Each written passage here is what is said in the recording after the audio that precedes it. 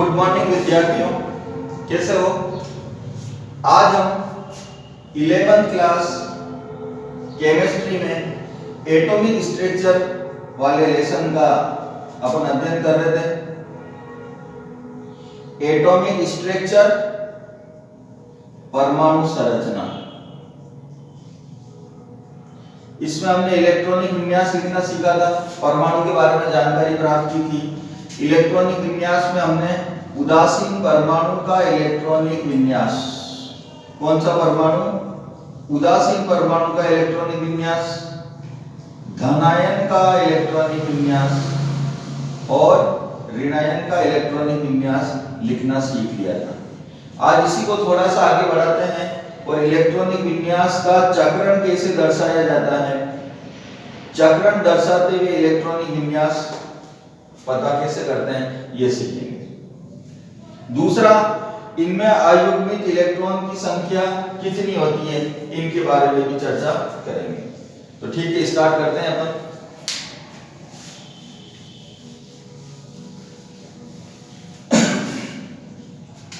जैसे मान लो sodium, sulphur, potassium, iron +3, Mn+4 और कोई माइनस वाला -2। इनके इलेक्ट्रॉनिक विन्यास को हमें लिखना है और वो भी चक्रण दर्शाते हुए। तो सबसे पहले बात करें हम सोडियम की, तो सोडियम 11 नंबर पर आता है। एटॉमिक नंबर सोडियम का पीरियोडिक टेबल में 11 होता है। इलेक्ट्रॉनिक विन्यास लिखना हम पहले की वीडियो में, पहले की क्लास में सीख चुके हैं। 1s2, 2s2, 2p6, 3s2, total कितने? 11। तो 2 और 2 4, 4 और 6 10, 10 और 2 12 हो गए। इसमें हमें तो 11 ही चाहिए, तो 3s में कितने इलेक्ट्रॉन होंगे? 1 इलेक्ट्रॉन। अब चक्रण कैसे दर्शाए जाते हैं विद्यार्थियों? उपकोष होते हैं S, P, D और F। S उपकोष में कक्षकों की संख्या होती है 1, P उपकोष में 3 कक्षक होते हैं, D उपकोष में 5 और F उपकोष में कक्षकों की संख्या होती है 7। S उपकोष में 1 कक्षक है, तो ऐसा एक बॉक्स बनाना है। P उपकोष में 3 कक्षक होते हैं, इसका मतलब ऐसे 3 बॉक्स बनेंगे।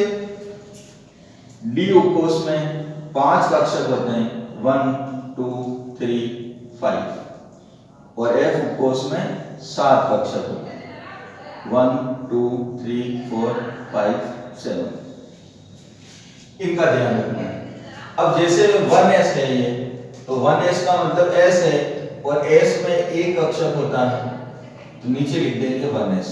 इसमें इलेक्ट्रॉन 2 है, तो इलेक्ट्रॉन दर्शाने के जो तरीके हैं, मान लो P उपकोष में हमें 4 इलेक्ट्रॉन भरने हैं। कितने? 4। इलेक्ट्रॉनों को भरने का तरीका क्या होता है कि पहला इलेक्ट्रॉन ऐसा, दूसरा इलेक्ट्रॉन दूसरे कक्षक में आएगा और तीसरा इलेक्ट्रॉन तीसरे कक्षक में आएगा। ध्यान ये रखना है कि तीनों इलेक्ट्रॉनों की या जितने भी कक्षक हैं, सब में जब इलेक्ट्रॉन भरते हैं तो सब में इलेक्ट्रॉन की दिशा क्या होनी चाहिए? सेम होनी चाहिए। समान दिशा वाले, समान चक्रण वाले एक इलेक्ट्रॉन सब में भरने। सब में इलेक्ट्रॉन जब चले जाए तब इलेक्ट्रॉन का हमें करना है पेयरिंग या युग्मन। कैसे करेंगे? 1 2 3 और चौथा इलेक्ट्रॉन आएगा, ये वापस पहले वाले कक्षक में आएगा, लेकिन इनकी दिशा क्या होगी? विपरीत। ये क्लॉकवाइज है तो ये एंटी क्लॉकवाइज, ये दक्षिणावर्त है तो ये वामावर्त है। ये तीर की निशान ऊपर वाला है तो तीर का निशान नीचे वाला है। मान लो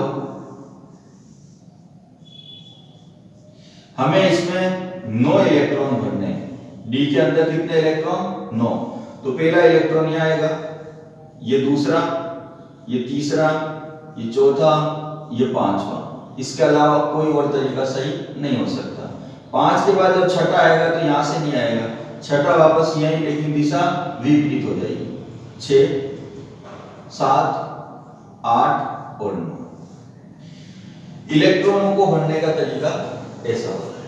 एक चीज और कि ये p उपकोष है और ये d उपकोष है। अब ऐसी स्थिति में पूछ लिया जाए कि इसमें अयुग्मित इलेक्ट्रॉन कितने हैं, अनपेयर्ड इलेक्ट्रॉन, अयुग्मित इलेक्ट्रॉन। तो अयुग्मित इलेक्ट्रॉन का मतलब होता है जिसमें पेयर ना हो, पेयर ना हो अनपेयर। अनपेयर्ड इलेक्ट्रॉन का मतलब कि एक इलेक्ट्रॉन किसी भी कक्षक, एक कक्षक में एक इलेक्ट्रॉन कितने हैं।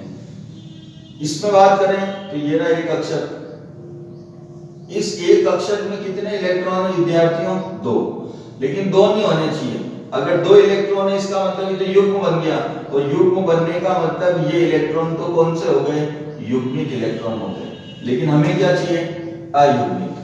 इसमें अयुग्मित इलेक्ट्रॉन नहीं है, इसमें अयुग्मित इलेक्ट्रॉन ये रहा एक है, इसमें अयुग्मित इलेक्ट्रॉन ये रहा एक। तो टोटल और ओवरऑल p उपकोष में अयुग्मित इलेक्ट्रॉन कितने हुए, 1 and 2, 2 है। b की बात करें तो क्या इसमें एक अकेला इलेक्ट्रॉन है, नहीं। क्या इसमें अकेला इलेक्ट्रॉन है, नहीं। क्या इसमें है, नहीं। इसमें है, नहीं। ये रहा इसमें एक अकेला इलेक्ट्रॉन। तो इस कंडीशन में अगर यूं पूछा जाए तो अयुग्मित इलेक्ट्रॉन की संख्या कितनी है, तो आंसर आएगा 1। बात समझ में आ गई होगी कि अयुग्मित इलेक्ट्रॉनों की संख्या को कैसे देखा जाता है। ये सोडियम है, इसका इलेक्ट्रॉनिक विन्यास चक्रण दर्शाते हुए लिखना है और अयुग्मित इलेक्ट्रॉन की संख्या भी बतानी है।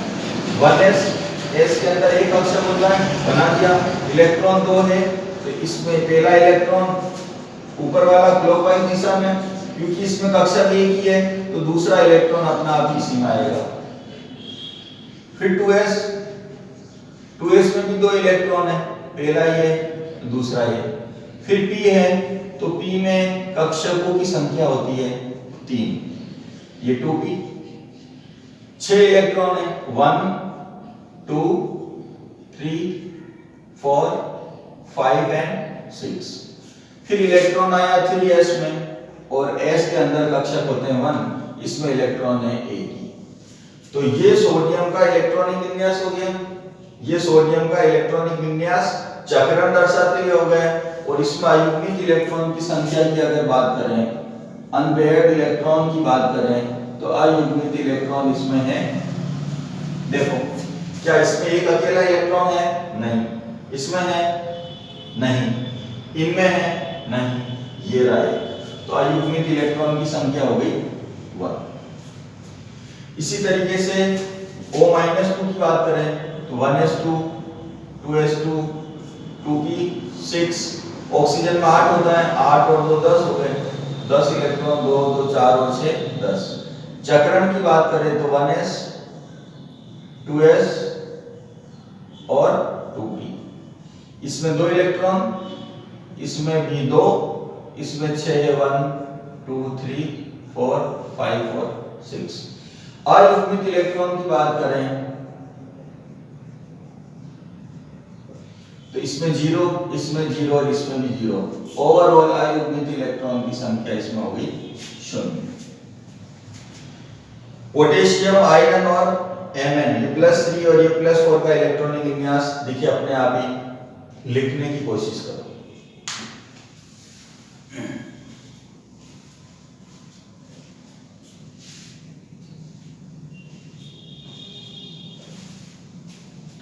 लिखा विद्यार्थियों, देखो जैसे पोटेशियम की बात करते हैं,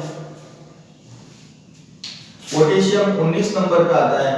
1s2 2s2 2p6 3s2 6 8 10 और 2 12 3p6 और 4s1 10 16 17 18 और 19।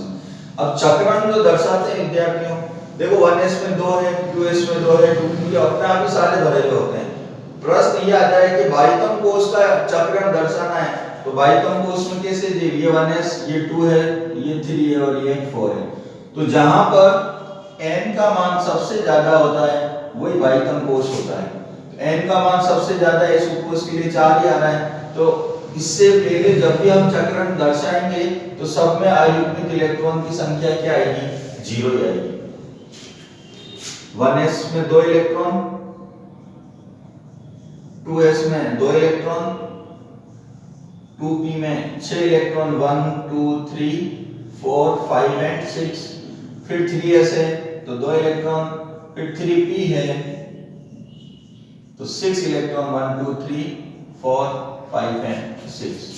फिर 4s है तो 4s में 1 इलेक्ट्रॉन। तो देखो विद्यार्थियों, यहां तक ये पूरा भरा है तो इनमें अयुग्मित इलेक्ट्रॉन की संख्या क्या होती है? 0। 4s में 1 है तो अनपेयर्ड इलेक्ट्रॉन कितने हुए? 1। आयरन की बात करें, 1s2 2s2 2p6 3s2 3p6 4s2 और 3d। 3d6 अगर करते हैं विद्यार्थियों तो 26 हो जाता, 20 तो यहीं तक ही होते हैं। तो 26 लिखने का मतलब आयरन का इलेक्ट्रॉनिक विन्यास हो जाना। लेकिन हमें 3 इलेक्ट्रॉन कम करने हैं और हमने सीख रखा है कि इलेक्ट्रॉन सबसे पहले कहां से कम होते हैं जहां इनका मान सबसे ज्यादा होता है। तो 2 तो यहां से कम होंगे। अब कितना बचा? 1। तो 1 यहां से कम होगा, 3d5 बन जाएगा 6 से। अब चक्रण दर्शाएं तो s में अधिकतम 2 इलेक्ट्रॉन होते हैं, p में अधिकतम 6 होते हैं, s में 2 p में 6, d में अधिकतम 10 होते हैं लेकिन इसमें 5 ही है। तो अयुग्मित इलेक्ट्रॉन यहां से डायरेक्ट कैसे ज्ञात कर सकते हैं? 1 2 3 5 1 2 3 4 और 5। तो अयुग्मित इलेक्ट्रॉन की संख्या कितनी हुई?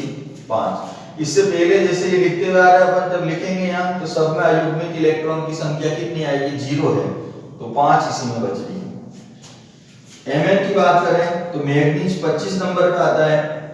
1s2 2s2 2p6 3s2 3p6 4s2 और 3d5। ये विन्यास होगा Mn का। हमें 4 इलेक्ट्रॉन कम करने हैं तो 2 इलेक्ट्रॉन तो यहां से कम होंगे और 2 यहां से, तो 3d5 से क्या रह जाएगा? ये 3d3। यहां तक तो सेम है। अब d की बात करें, 1 2 3 5 3 इलेक्ट्रॉन है तो अयुग्मित इलेक्ट्रॉन की संख्या कितनी हुई? 3। इस प्रकार हम किसी भी परमाणु में,